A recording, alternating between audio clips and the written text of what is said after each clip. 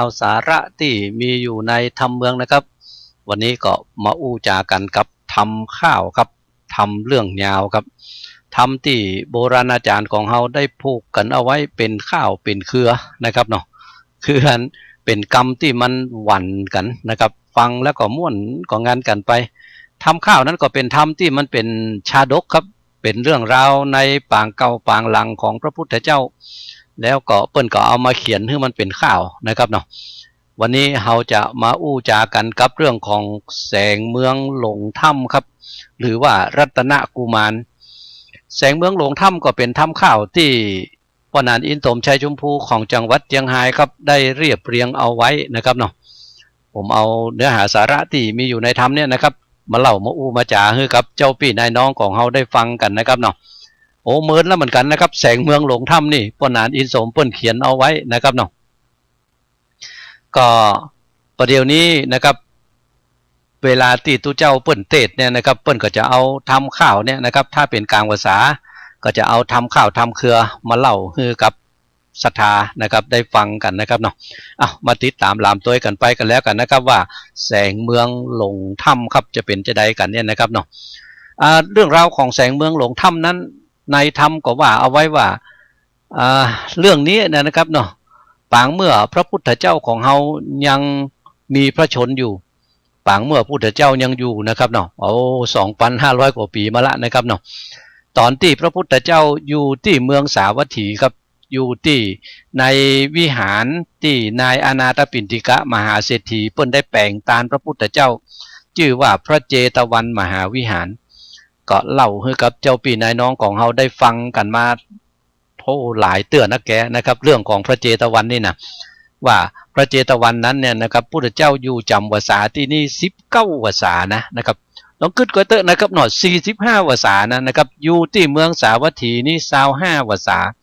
แล้วก็อยู่ที่พระเจตวันที่นายอนาถปิณฑิกะมหาเศรษฐีเปิ้นได้สละเข้าของเปิ้นนี่นะครับ54 โกฏนะครับแปลงเป็นอันวัดนี่นะแล้วก็ตานไว้กับพระศาสนานะครับอนาถปิณฑิกะนั้นเป็นชื่อของเศรษฐีนะครับที่ชื่ออย่างอี้ก็เพราะว่าเปิ้นว่าในเวลาแปลตามศัพท์แล้วก็คือมหาเศรษฐีที่มีก้อนเข้าเพื่อคนอนาถาว่าอันนะไผก็จ้างเตอะคนทุกคนอยากจะได้ก็แล้วแต่นะครับมาหาที่บ้านของเศรษฐีคนนี้แล้วเนี่ยนะครับเนาะเปิ้นถึงจะตานให้หมดนะครับบ่มีข้าวกินเอาข้าวให้กินบ่มีเสื้อผ้านุ่งเอาเสื้อผ้าให้นุ่งว่าอันน่ะเพราะฉะนั้นเปิ้นก็เลยได้ชื่อว่าอนาถปิณฑิกะมหาเศรษฐีครับทีนี้เมื่อเปิ้นจะแปลงวัดตาลพระพุทธเจ้านี่นะครับเนาะเปิ้นไปหันใส่ส่วนของเจ้าเมืองชื่อว่าเจ้าเชษเปิ้นก็เลยไปถามซื้อสวนนั้นนะครับโอ้เจ้าเชษก็ว่าอันถ้าไผเอาอันคำมายายกันไว้เต็มสวนนี่นะก็จะขายว่าอันนะแต่แล้วบอกให้ขายอีเตอะนะครับเนาะแต่ก็เหมือนกับว่าย่อว่าหาไปอันนั้นนะครับถ้าไผเอาคำมาปูเต็มตัดสวนนี่นะจะขายเหมือนนะก็อนาถปิณฑิกะก่อนเนี้ยแต่กันนะครับเนาะเอาคำที่ตัวเก่ามีเนี่ยนะครับเอามาปูไว้นะครับเนาะเอาเต็มสวนไปหมดนะครับเจ้าเชษก็เลยจำเป็นต้องได้ยกสวนเนี่ยนะครับขายให้กับอนาถปิณฑิกะครับแต่อนาถปิณฑิกะบอกว่าขายสวนได้สวนมาแล้วนี่บ่ใจเอามาแปลงเป็นบ้านไหนน่ะอันนี้จะมาแปลงเป็นวัดจะเอาไว้ตานพระพุทธเจ้าว่าอันน่ะโอ้เจ้าเชษก็เลยว่าถ้าจะตานพระพุทธเจ้านี่นะขอเถอะขอเอาชื่อของอันค่านี่นะไปเป็นชื่อของวัดกำเนิดนะก็อนาถปิณฑิกะก็เลยตกลงตามนั้นกันนะครับเนาะแปลงวัดเรียบร้อยแล้วเนี่ยนะครับก็เลยตั้งชื่อวัดว่าวัดเชตวันนะครับเชตวันก็มาจากเจ้าเชษนั่นนะครับเชตะนั่นนะแล้วก็ป่าหรือว่าส่วนของเจ้าเชษว่าอันนะพอแล้วนะครับเนาะ54 โกฏนะครับบัดเจ้าของน้อยๆแปลงแล้วชื่อตัวเก่าน้อยเดียวก็บ่มีนะครับเนาะโอ้โหอันเนี้ยนะครับคนที่มีความเลื่อมใสพระพุทธเจ้าแต่นะครับเนาะทีนี้ว่าอันพระพุทธเจ้าเนี่ยนะครับอยู่ที่เมืองสาวัตถีนี่นักเหลือเปิ้นที่ว่าตะกี้นี่จะได้แล้ว25 ภาษาอยู่ที่นี่เมินเหลือเปิ้นก็เพราะว่าเมืองสาวัตถีเนี่ยนะครับมันเป็นศูนย์กลางไผไปไผมาก็ง่ายไผใครมาฟังเทศของพุทธเจ้าฟังเทศฟังธรรมใครมาเป็กมาบวชก็มาที่เนี้ยอีนะ เพราะฉะนั้นเนี่ยนะครับเนาะพุทธเจ้าก็เลยอยู่ที่นี่แล้วก็เศรษฐีสาวัตถีนี่มีเศรษฐีอยู่2 คนนะถ้าเป็นพ่อจายก็อนาถปิณฑิกะถ้าเป็นแม่ยิงก็วิสาขาแปลงวัดชื่อว่าวัดบุพารามตาลกับพระพุทธเจ้าเพราะฉะนั้นสาวัตถีนี้พุทธเจ้าอยู่ที่เชตวัน19อยู่ที่บุพาราม6 วาสารวมแล้วก็25 วาสาเศรษฐีถึง2 คนนี่นะเปิ้นเล่ากันเอาไว้ว่าเวลาไปวัดนี่นะถึงบ่มีมือบ่ได้ไปเวลาไปวัดนี่จะต้องมีของอันยังติดไม้ติดมือไปตัวไปเมื่อเจ้าก็จะเอาของกินไปตัวถ้าไปเมื่อตอนก็จะเอาน้ำปานะน้ำส้มน้ำหวานไปตานพระสงฆ์องค์เนนตัวถ้าไปเมื่อค่ำเมื่อแรงก็จะเอาข้าวตอกดอกไม้ไปไหว้สาสักการะบูชาพระพุทธเจ้าภิกขุสังฆะทั้งหลายอันนี้จะเป็นอันกิจวัตรที่เศรษฐีตึง2 คนเนี่ยตึงอนาถปิณฑิกะตึงวิสาขาเนี่ยมีเนอะนะตึง2 คนนี้คิดจะได้คิดว่าโอ้ถ้าเข้าไปวัดแล้วเนี่ยพระหนุ่มเน้นน้อยจังพอมือว่ะนะถ้าบ่มีอันยังไปตัวนี้มันเหมือนกับขาดอันยังไปสักอย่างหนึ่งนี่นะเพราะฉะนั้นไปวัดจะต้องมีอย่างติดไม้ติดมือไปตัวก็อันด้วยความที่เศรษฐีถึง2 คนเนี่ยนะครับเนาะเป็นคนใจบุญสุนทานหุมวัดหุมวานะครับอันพอพระเจ้าพระสงฆ์เป็นอย่างดีเนี่ยนะครับในเวลาที่เฮาไปปะใส่ปอดใจคนใดอันหุมกินหุมตาลเนี่ยนะเฮาจึงว่าเลยนะครับเนาะโอ้อันนี้มันอนาถปิณฑิกะมหาเศรษฐีมาเกิดรู้นี่นะถ้าเป็นแม่หญิงเขาก็จะว่าอันนี้วิสาขามหาอุปาสิกามาเกิดรู้นี่นะเนี่ยนะครับเนาะอันเรื่องของพระเชตวันมหาวิหารเรื่องของเมืองสาวัตถีครับเล่าให้กับเจ้าพี่นายน้องของเฮาฟังกันมาหลายเตือนละนะครับเนาะแต่ก็ยังบ่แล้วครับนะครับพระเมื่อใดก็จะมาเล่าเนี่ยเพราะว่าธรรมเทศนาของพระพุทธเจ้าเนี่ยนะครับเนาะในเวลาที่เฮาเล่ากันเป็นอันทำข้าวทำเครือเป็นชาดกนี่นะโดยส่วนนักมันจะมีที่เนี้ยที่สาวัตถีเนี่ยนะครับก็เพราะว่าพระพุทธเจ้าอยู่ที่นี่เมินหรือเปิ้นรู้นะครับเนาะอันเมื่อพระพุทธเจ้าอยู่ที่นี่เมินเนี่ยนะครับแล้วก็พระพุทธเจ้าอยู่ที่พระเชตวันกับบุพารามเนี่ยพระพุทธเจ้าอยู่ที่ไหนเนี่ยทุเจ้าทั้งหลายก็สอบที่จะไปอยู่ที่หั่นตัวนะเพราะอย่างเพราะว่าการได้อยู่ใกล้พระพุทธเจ้าเนี่ยนะมันจะได้ทละสูนะคือมันจะได้เป็นอรหันตาเวยเถอะนะครับเนาะเพราะว่าพระพุทธเจ้านี่ในเวลาที่พระองค์เทศธรรมนี่นะพระองค์จะหู้จิตใจของอันคนทั้งหลายโอ้วันนี้จะผายโพดคนนี้คนนี้มักอย่างอี้หุมอย่างอี้สอบอย่างอี้เปิ้นก็จะเตะไปตามอันจิตใจของคนนั้นคนเฮานี่มันมีอยู่อย่างหนึ่งถ้ามันมีอันใดที่มันตัดกับใจของตัวเก่าอีนะมันถึงหูตั้งแล้วนะครับเนาะฟังไปตัวแล้วแต่ถ้าอันใดที่มันบัดจับใจของตัวเก่าเลยนะมันถึงบิดหน้าหนีแล้วหลุดนะครับเนาะพอบิดหน้าหนีแล้วมันถึงบ่เอาอย่างละนะครับพอมันบัดตั้งใจฟังมันก็บ่ฮู้เรื่องนะครับเนาะนี่คนเฮานี่มันเป็นอี้เหมือนกันนะครับเนาะเพราะอันตู้เจ้าทั้งหลายมาอยู่ที่นี่กันนักครับนะทีนี้ตู้เจ้าที่มาอยู่กันนักกันหลายเนี่ยนะครับเนาะอันเมื่อเจ้าแล้วเนี่ยหลังจากที่ฉันเข้าเจ้าไปแล้วนะครับก็จะมานั่งอู้จากันในวิหารเนี่ยนะครับตู้เจ้าจะมานั่งโจจากันเรื่องสัปปะสัปปันสารอันปันอย่างได้หันได้ปะอันอย่างกันมาก็จะมาอู้กันข้างในน่ะแต่อู้กันก็จะอู้กันเรื่องดีๆนะเพราะว่าจะมาอู้เรื่องบ่ดีบ่ได้เนื่องจากว่าพระพุทธเจ้าเนี่ยนะครับมีหูติบลู่นะครับจะได้ยินเสียงถ้าว่ากึดใจว่าใครได้ยินเนี่ยนะมันก็จะได้ยินนั่นหรอกเพราะอันตัวเจ้าทั้งหลายก็จะอู้กันเรื่องดีๆหมดนะครับเนาะอันได้นี้พออู้กันเรื่องดีๆเนี่ยนะครับมันก็จะเป็นการง่ายเพราะว่ามันยะฮือจิตใจของคนเนี่ยดีไปตัวหรอกคนถ้าได้ฟังเรื่องที่ดีมันก็ม่วนอกม่วนใจถ้าฟังเรื่องบ่ดีโป้มันตึงขึ้นวึดๆแล้วนะครับเนาะบ่ม่วนอกบ่ม่วนใจแล้วโอ้จะมีเวลาเอาที่ไหนไปปั่มเปงภาวนาแถมนะครับเนาะย้อนว่าใจมันบ่ม่วนบ่งันนั่นน่ะมีอยู่วันหนึ่งครับตู้เจ้าทั้งหลายมันนั่งอู้กันที่ในวิหารอันเรื่องที่อู้กันนี่นะครับก็มาอู้กันถึงเรื่องที่ว่าโอ้หนออันยโสธราเนี่ยนะครับก็เป็นเมียของเจ้าชายสิทธัตถะนะเจ้าชายสิทธัตถะก็คือพระพุทธเจ้าเนี่ยนะครับคือก่อนที่จะออกมาบวชเนี่ยนะครับได้เป็นเจ้าฟ้าเจ้าแผ่นดินลู่นะครับแล้วก็ชื่อของเปิ้นว่าชื่อว่าสิทธัตถะเมียของเปิ้นชื่อว่ายโสธราสิทธัตถะแต่งงานเมื่ออายุ16 ปีนะครับกับยโสธราบ่มีลูกด้วยกันครับมามีลูกเมื่ออายุ29 เฮ้ยนี่วันที่มีลูกนั้นนะครับเนาะยโสธราเกิดลูกวันนั้นเนี่ยสิทธัตถะก็ออกบวชวันนั้นนะครับเนาะเปิ้นว่าหนีออกจากปราสาทคำเหลืองละนางบุญเรืองยอดซอยตึงลูกอ่อนน้อยลาหุนกุมารลูกของอันสิทธัตถะนะหรือลูกของพระเจ้าเนี่ยนะครับชื่อว่าราหุนกุมารหรอกวันนั้นนะครับนก็หนีออกไปบวชเหียนะครับไปปั้มเป้งปรมีตึงมดกันอยู่6 ปีนะครับถึงได้มาเป็นอันพระพุทธเจ้านี่นะบัดใจของน้อยๆนะครับเนาะทีนี้ตุเจ้าทั้งหลายก็มาอู้กันถึงว่ายโสธราเนี่ยพอว่าสิทธัตถะไปออกบวชเรียบร้อยแล้วเนี่ยนะตัวเก้าเนี่ยนะก็29อยู่หลู่นะครับเนาะประเด็นนี้เป็นอย่างเป็นแม่ไม้นะครับเนาะแม่เป็นแม่ไม้เป็นแม่ห้างแม่ไม้ไปแล้วนะครับประเด็นนี้นะทีนี้ก็อันมีจะไปแปลงใจหาคนอื่นก็แก๊กหาไผนี่ก็ตึงบ่มีไอ้น่ะก็เลี้ยงพอลูกของตัวเก่าไปใจก็เติงหาสิทธัตถะอยู่ข้างในน่ะแต่หนอตึงบ่มีคนใหม่มานะเฮ้ยน่ะโอ้ถ้าเป็นคนอื่นนี่เปิ้นบ่เอากันแล้วอีน่ะเปิ้นตึงบ่อยู่อีแล้วอีน่ะพวกเสาะหาผัวใหม่ผู้ไรน่ะตัวเจ้าทั้งหลายก็มาอู้กันบอกโอ้สักคนนี่พอผัวตายเป็นแม่ห้างผัวหนีล้างพ่องผัวตายเป็นผีภาคหน้าล้างพ่องผัวไปกานาก็มีสามีกาผู้ใหม่มาอยู่ใกล้เอาใจเนี่ยเปิ้นก็อู้จากันเนี่ยเนาะเนี่ยเนาะคนอื่นนี่เปิ้นบ่อย่างอี้นะอันนี้มันอย่างอี้เป็นล้ำเปลือหายนะพุทธเจ้าอยู่ที่อันโฮงของตัวเก่าอยู่ที่กุฏิของตัวเก่าก็อันใครหูว่าตัวเจ้าทั้งหลายอู้อันหยังนะครับเนาะก็เปิดหูทิพของพระองค์เองเนี่ยนะครับเนาะก็ได้ยินเสียงตู้เจ้าทั้งหลายอู้จากันอย่างอี้เนาะน่าจะไปอู้ไปจากับตู้เจ้าทั้งหลายเปิ้นก็เลย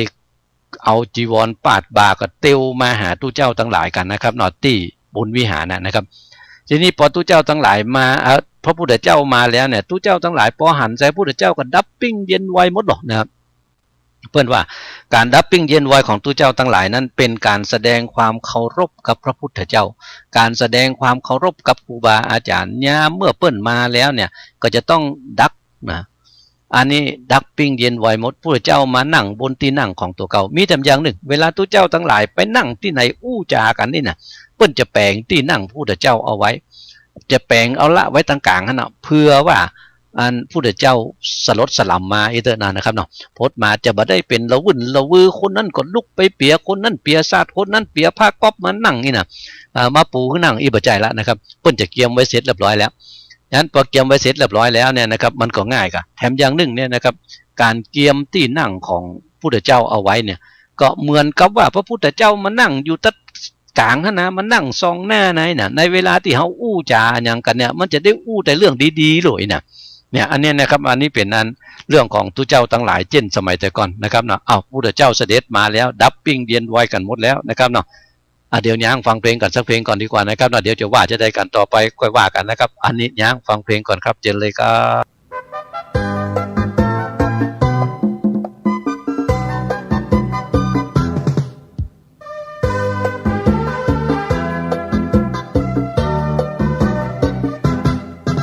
หักงัวเปิ้นว่าให้ปลูกหักลูกเปิ้นว่าให้ตีตัวเฮาหักงัวหักลูกมีงัวก็บ่ปลูกมีลูกก็บ่ตีตัวเฮาจะไปทำงานนอกบ้านฝากลูกฝากหลานคืออยู่กับอุ้ยมีสำเลี้ยงหมูแม่บ้านได้ขอลูกขอหลานอุ้ยตึงลงบ่ดีหมูอุ้ยจะเกิดห้ามไผมากดีหากลูกหลานคนใดปากบดีหมูแม่ตัวนี้จึงบอกให้ลูกกินนม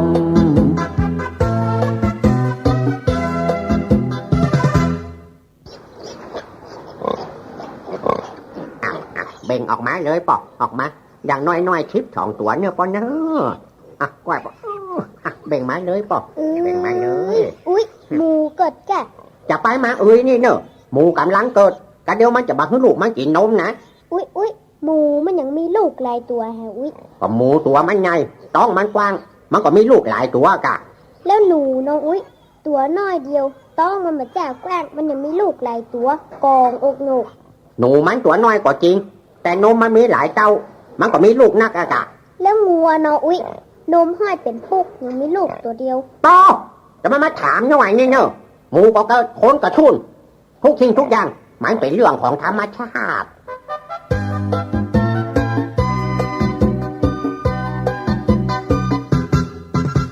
ละอ่อนชอบเล่นเป็นหมู่อุ้ยมีบ่มีกู้อยู่ตัวให้สักคนละอ่อนจังถามจังฟักขอจะไปถามนักกำเดียวสู่จะโดนเมื่อดีก็ดีอุ้ยคุณมีเหตุผลเมื่อหายบันแน่มันแล้วแต่อารมณ์อยู่กับหลานสองคนอุ้ยจึงล้มบ่จอย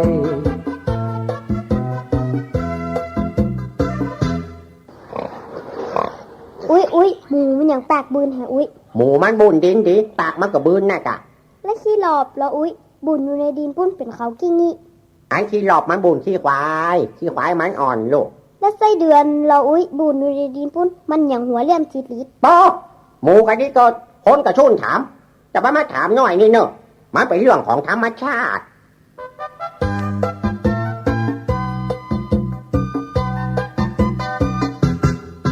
หลานน้อยเล่นกับหลานใหญ่หลานเมืองกับหลานไทยมันไก่กันจอยวอยอายุหลานบ่ถึง7 ปีผู้ไทยได้ดีอุ้ยมีเป็นดีคอยถ้าอุ้ยบัดแก่อุ้ยจะลองอู้กอยอันหมอกอู้ไทยนั้นมันเรื่องจิ๊บจ้อยเพราะว่าผัวอีน้อยเปิ้นก็อู้เป็นไทย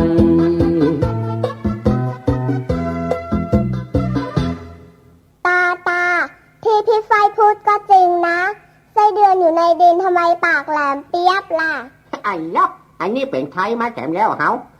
คนหนึ่งว่าเลี่ยมจิตลิดอีกคนหนึ่งว่าแหลมเปียบแล้วถูจะเอาอย่างใดกันแน่ด้วยหรือเถิดอ้าวอุ้ยที่น้องแนนอู้ก็แม่นแล้วรอแหลมเปียบกับเลี่ยมจิตลิดมันก็เหมือนอันเดียวกันนะสิไม่ใช่หรือสิไอ้ยอกอันตาอุ้ยก็เพิ่งจะทลาบอันถ้ายังอ่านมันอะไรหมูอุ้ยยังมาขันหัวกันอยู่ไปหมูอุ้ย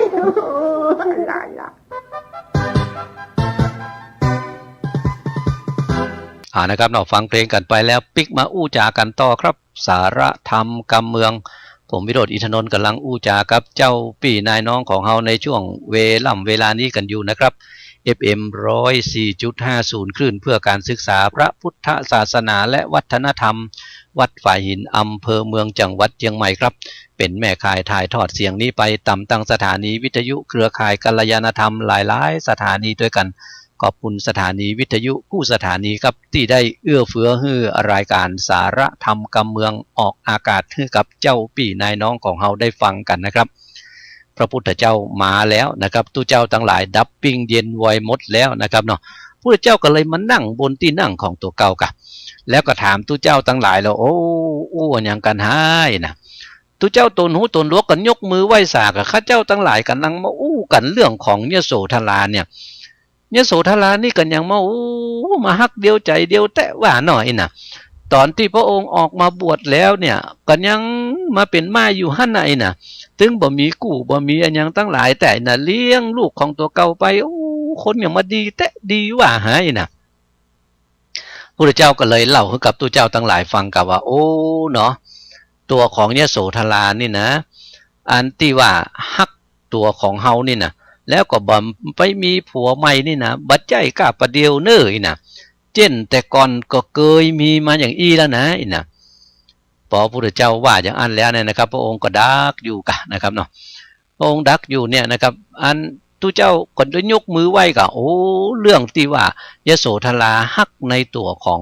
พระองค์เองตัวของพระพุทธเจ้าแต่เนี่ยข้าเจ้าทั้งหลายก็หันกันกาประเดียวเนี่ยไอ้นะแต่ว่าเช่นสมัยก่อนที่ว่ามันเคยมีมาแล้วเนี่ยข้าเจ้าทั้งหลายก็บ่ฮู้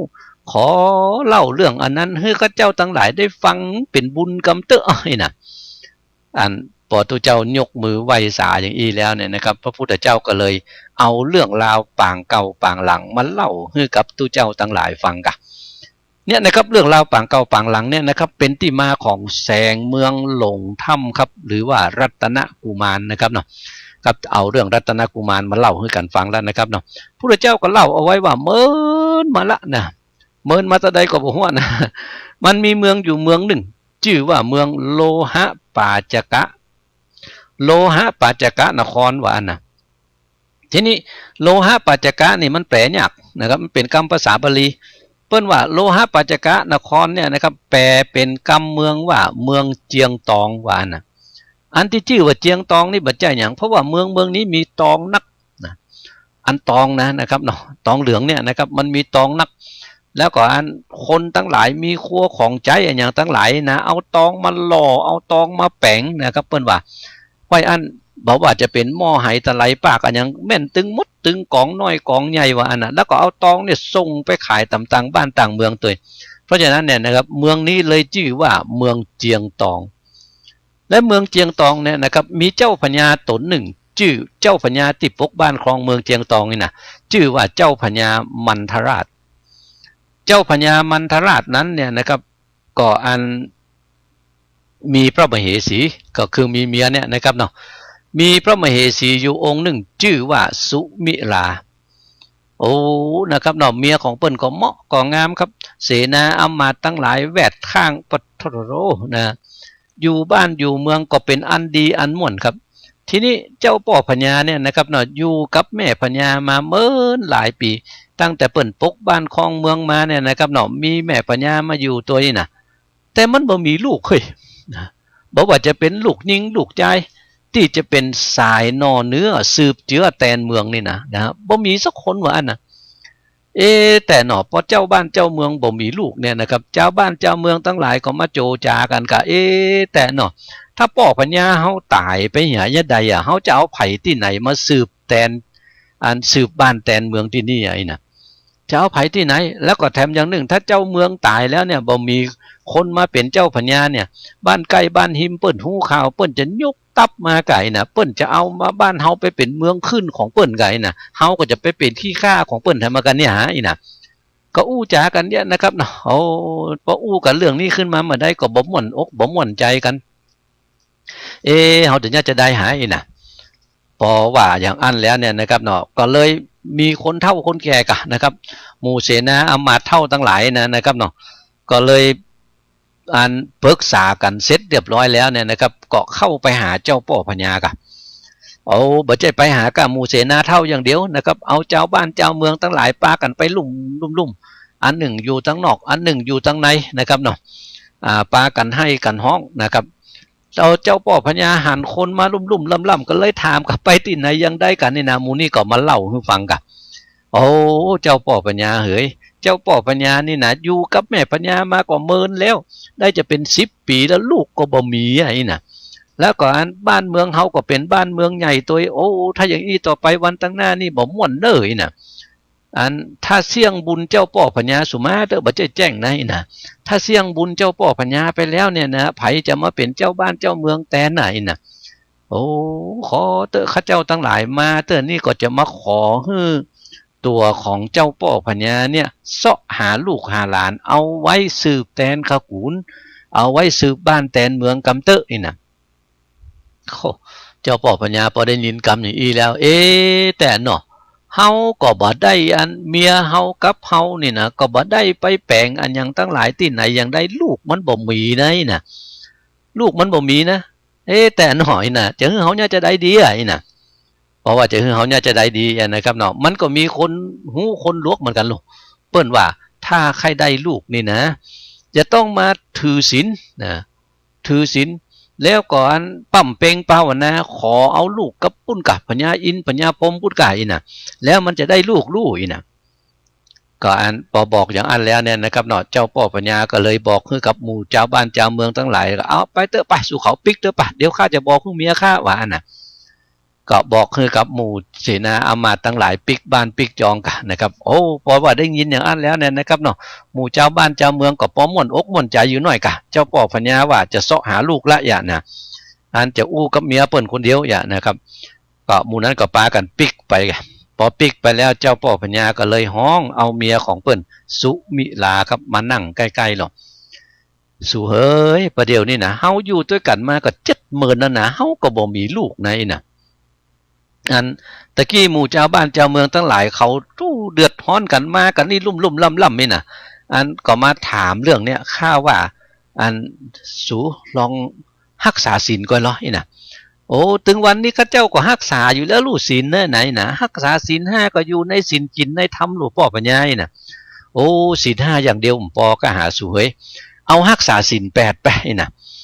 รักษาศีล8แล้วก็อธิษฐานขอเอากับเทวบุตรเทวดาเปิ้นสักเตื้อเฮาจะได้ลูกก็ได้ก้าหาอีนะก็สุมิลาพอได้ยินเจ้าป่อพญาว่าอย่างอันแล้วก็ยกมือไหว้สาป่อพญากะโอ้ถ้าว่าป่อพญาคนหูคนลวกของบ้านของเมืองเปิ้นว่ากันมาอย่างอันข้าเจ้าก็จะขอเอาตัวอย่างอันนะนี่นะลาเจ้าป่อพญาปิกไปปราสาทของตัวเก่าครับเสร็จเรียบร้อยแล้วนะครับเนาะมาค่ำเมื่อแรงวันนั้นนะครับเนาะก็มาอันเอาเข้าตอกดอกไม้มากันนะครับเนาะกำขันเข้าตอกดอกไม้มาตั้งจิตตั้งใจอธิษฐานเอาศีล8หรออธิษฐานเอาศีล8ปดทบมันไม่ใช่น้อยๆนะครับเนาะเอาอย่างพ่องนะครับเอาอันคือเครื่องประดับอันอย่างตึงมดของตัวเก่านี่นะเอาออกมดนะครับเนาะมุกดาหารสายสร้อยแหวนใส่ก้อยลานคำถอดวางตำเสี่ยงไข่แล้วก็ถลงผ้าใหม่เปิงเปล่าคือผ้าสีขาวสะอาดมาตุ้มปาดกาญาย่อขันบุพผาดอกซ่อมตั้งจิตน้อมอธิษฐานสมาทานเอาศีล8กำหนดแขวด7 วันพอแล้วนะครับเนาะ7 วันก็นั้นนะครับบัจเจย่อยๆนะครับเนี่ยศีล5เฮานี่ปานะปานะอธินากาเมมุสานะครับสุราเนาะแต่ถ้าศีล8นี่กาเมนี่เปิ้นบ่เอาลูกนะครับเนาะเป็นอภรรมจริยาลูกอภรรมจริยานี่มีอันคือเรื่องของกามคุณนี่บ่ต้องไปอู้ถึงละนะครับเนาะจะบ่มีละจะบ่นอนตัวกู้ผัวตัวเมียละนะครับนี่เป็นอันศีล8ข้อที่3นะศีล8ข้อที่6ก็คือว่าบ่กินข้าวแลงนะเลยเที่ยงแล้วไปบ่เอาละอีนะข้อที่7นี่ก็อันของหอมอันอย่างตั้งหลายนี่ก็ตึงบ่เอามาประดับร่างกายละนะครับเนาะมาลาคันทวิเลปนะทารณะนะมันดนะวิภูสนัฏฐานาคือบ่เอาละนะครับอันหมู่นี้ก็บ่เก็บบ่ใส่ละนะครับเนาะบ่ใจกล้าอันดอกไม้ของหอมอย่างเดียวนะครับเนาะเรื่องของแป้งเรื่องของอย่างทั้งหลายก็บ่เอามาใส่ตัวแล้วก็บ่นอนบนที่นอนใหญ่ที่นอนสูงนะนี่เป็นศีล8โลดนะครับเนาะโอ้ที่นอนใหญ่ๆที่นอนที่มันอ่อนๆเนี่ยนะครับเนาะเคยอยู่มาตึงวันนี่บ่เอาละเมื่ออธิษฐานเอาศีล8แล้วเนี่ยนะครับก็รักษาศีล8ของตัวเก่ากะรักษาศีล8ของตัวเก่ามันได้7 วันลูกนะครับเนาะพอได้7 วันครบมาเสร็จเรียบร้อยแล้วเนี่ยนะครับตัวของแม่พญากันนะครับเนาะก็เลยมันยกมือไหว้สาเทวบุตรเทวดาทั้งหลายกะสุนันโตพนโตเทวสังขารโยกาแต่เทวดาเฮยมวลหมู่อันตั้งอยู่จูพิมานจุงฟังสารร่ำถอยแห่งข้าม่อนน้อยนางยิงข้าขนิงใจจอดใครได้ยอดพุทธาผู้มีปุณณามากวางเพื่อสืบสร้างเสวยเมืองเฮโยธาเรื่องไพรน้อยได้จื่นจ้อยสวัสดีกันบุญข้ามีบ่ผ่อนแต่จาดก่อนเตรียมมาตึงบุญนาจาดนี้บ่ลับลี้หายหนขอบุญกุศลทวนนามาช่วยกำคานางยิงฮื้อสมขันนิงไปห้อยได้ลูกน้อยบุญมีแด่เตอตั้งจิตอธิษฐานขอลูกนะครับเนาะขอไม่ใช่ขอมาได้นะอธิษฐานแล้วออกปากตัวนั้นนะครับประเด็นนี้นะกำออกปากของสุมิลาแม่ปัญญาจะได้แต่บ่ได้แต่กันนะครับเนาะเอาไว้ฟังกันเตือนหน้ากันแล้วกันนะครับวันนี้เวลาของสาระธรรมกำเมืองมดเสี่ยงกันไปเห็นแล้วครับผมวิโรจน์ อิชนนท์ขอล่ำลาเจ้าปี่นายน้องของเฮาไปด้วยเวลาเพียงแต่อีก่อนนะครับโชคดีมีใจเปลี่ยนของเจ้าปี่นายน้องเฮาจูผู้นายคนครับสวัสดี